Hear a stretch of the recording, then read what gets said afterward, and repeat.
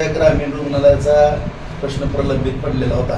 30 कोटाचं जे आपण ग्रामीण रुग्णालय मंजूर केलेलं आहे PSC होती आणि त्या ठिकाणी आपण 30 खाटांचं ग्रामीण रुग्णालय मंजूर करण्याकरता फार ह्याला जवळपास 4-5 वर्षाचा कालावधी उलटून गेलेला आहे.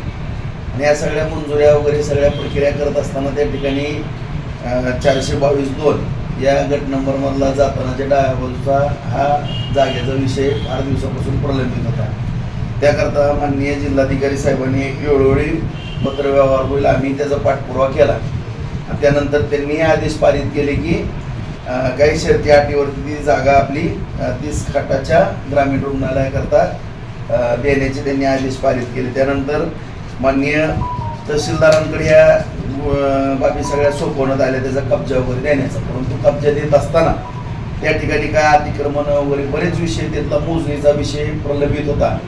त्या सगळ्या प्रक्रिया जवळपास आता पूर्ण करून घेतले. फक्त केवळ पत्रकार परिषद घ्यायची किंवा एखादा कुठंतरी माननीय जिल्हाधिकाऱ्यांचा झालेली ऑर्डर कोणाकडनं तर माहिती मिळाल्याच्या आधारावर कुठंतरी प्रसिद्ध करायची असा विषय आम्ही करत नाही.